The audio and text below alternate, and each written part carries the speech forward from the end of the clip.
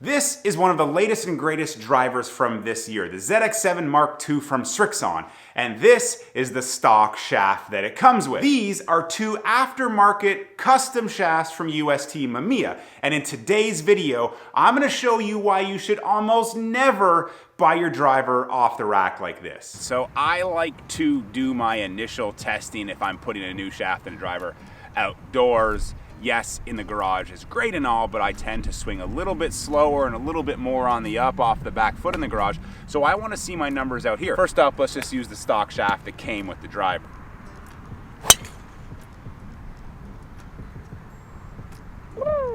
I mean, I didn't hit it great, but look at that spin. Before we get too deep into this and before people light me up in the comments, I understand I'm on a public driving range and I'm using range balls.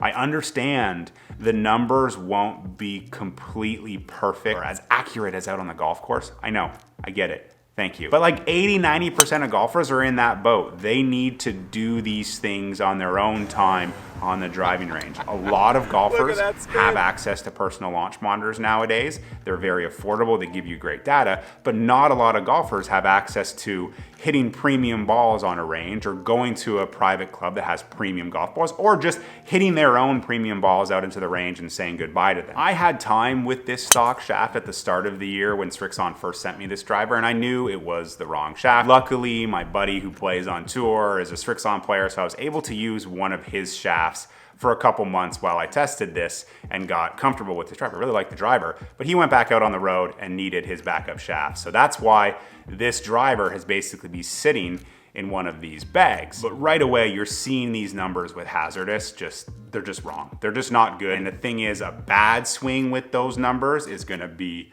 way high, bloopy, spinny, floaty. Don't want that. My miss is getting a little stuck back underneath it and blooping it out to the right. I don't want a shaft that's gonna make that even more shitty, basically. I want a shaft that's gonna allow me to hit a very good shot or a better shot with a bad swing. UST Mamiya sent me two of their shafts, the Lin-Q line, their two stiffest offerings.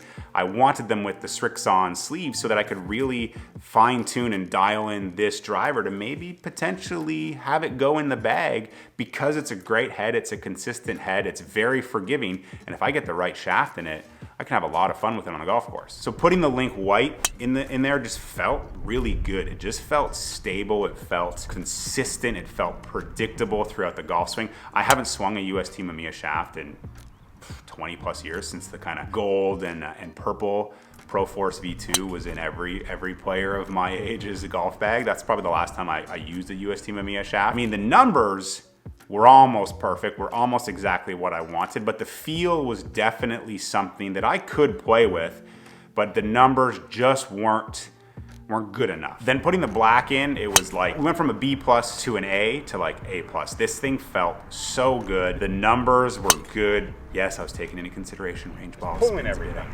The numbers were really, really good. Now it was just on me to come into the garage and get out of my head and just try to swing it as fast and as solid as I can indoors to get the best understanding of what this shaft does with a premium golf ball. So before we dive into like the fine tuning of black, just look at the differences across these three shafts. It's very apparent that the stock shaft is just not a good shaft for me. Clubhead speed's a little bit slower, but yes, I was warming up. So even if that speed got up 2 miles, it wouldn't have brought the spin down, 1500 RPM and the launch down and all of that. So you can see with these numbers, it's just a subtle progression to a better option. Okay, let's make it a fair fight. Let's come back in the garage and just put HZRDUS back in with any tweaks we made, which is basically take the loft all the way down to 8.5. So the face is gonna be considerably open, which I don't hate, but it does look really, really open at address because we saw the spin were through the roof and the launch was really high. So let's bring the loft way down and see if we can get the spin way down and the launch better and just see what kind of numbers we can get and consistency we can get with this stock shaft. Whoop! The miss with this is just high spinner to the right. iPad's dead, that's why we're plugged into the phone. With this shaft, I just really feel that I have to stay really, really on top of it because if I get a little stuck or if I just don't swing hard enough, it's going foul ball right. And out on the range, both of those link shafts just felt much more predictable, and the miss was predictable. And yeah, it could get spinny because that's my flaw. I get a little stuck behind it, but it just was much more predictable, much more stable. One more. That one was awesome. Okay, great flight. That one was really good. So color me surprised. The HZRDUS performed so much better indoors. But like I said in it, I had to feel like I was really staying on top of it. I couldn't at all feel like I was swinging smoothly. I needed to feel like I was really staying on top of it because it just felt like it was going to be lost right because that face is so open, and the spin on the miss hit, it happened once, but it's just not predictable. It didn't feel predictable for me. So based on the range, I don't think I need to bring it all the way down. Maybe bring it down 2 notches, not 3. So the loft is very similar to that HZRDUS shaft. Just a touch more loft, little less open face at address. We wanted to bring the spin down just a little bit based on what the range balls were doing. Man, that felt good. That was a frozen rope.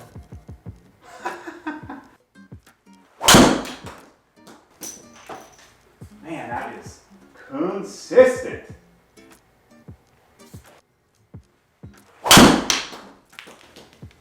See, I felt like I lost that one right, and it was just so much tighter.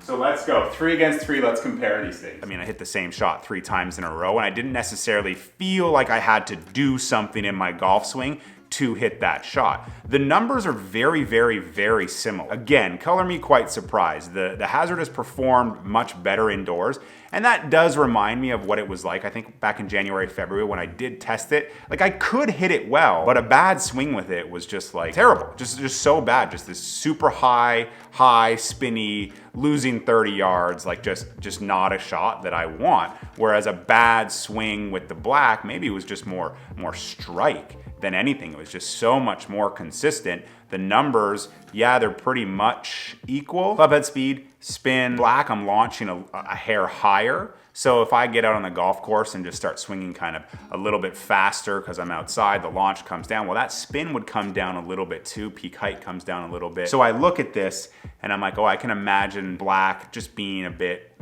longer out on the golf course, but much more consistent and predictable. If I were to play that stock shaft, bring that loft way down, in the back of my mind, I know there's going to be a miss if I don't make a great committed golf swing that's gonna be just this high spinning thing out to the right, given the wrong conditions, could cost me. It could float into a bunker or to water or just get me into trouble if it's the wrong shape of the hole, the wrong wind. Whereas the miss in my mind with black isn't that. It doesn't feel so penal. And that's where stock shafts become a problem for a lot of golfers. You can make it work. You can make it work, but you being out on the golf course, having to contort it and make it work is only gonna have an adverse effect throughout the rest of your bag. You're swinging, you're trying to manage and control and make it work. We don't want to make it work. We wanna just go out there and swing it and know that if we hit it well, it's gonna be really, really good. And if we hit it bad, because we hit it bad often enough, all of us, that it's not gonna be so bad that we're screwed. That's why I believe you should almost never just buy something off the rack. I understand it might be cheaper in your mind to just buy it off the rack based on what you read, but investing a little bit more into that fitting, because not all custom shafts are an upcharge. There's gonna be options if you get fit that are upcharge options that are working great and not upcharge options that are working great. And if you're buying something used, because a lot of golf is very expensive, used golf clubs. Like if I were to give this to someone, I would never sell this to someone, but if I were to give this to a buddy and it doesn't work for him, he's gonna have to try to figure it out, and that's not how you wanna play golf. So I highly recommend, if you are buying a new driver, get fit for it, spend some time dialing in a shaft with a custom fitter. I really gotta say good things about UST Mamiya shafts. These two shafts are really good. So give them a check out, and let me know down below. Do you use a stock off the rack driver, or have you got it fit to be optimized for your golf swing and for your game?